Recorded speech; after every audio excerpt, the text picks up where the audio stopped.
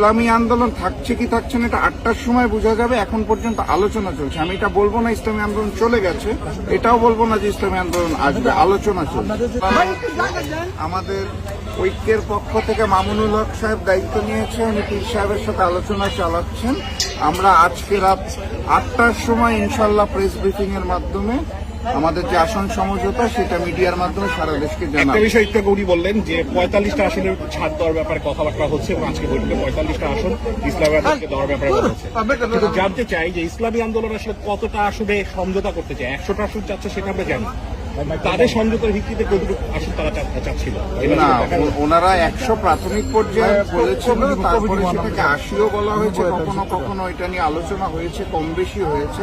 আমার মনে হয় না আসন সংখ্যাটা এখানে খুব বেশি গুরুত্বপূর্ণ, কিছু পারস্পরিক বোঝাপড়াটা গুরুত্বপূর্ণ। তো সেই আলোচনা চলছে। আমি আশা করছি 8টার সময় প্রেস ব্রিফিং এর আগেই ইসলামী আন্দোলন আমাদের সাথে সে যোগদান করবে। আমরা বলতে পারি যে ইসলামী আন্দোলন থাকছে।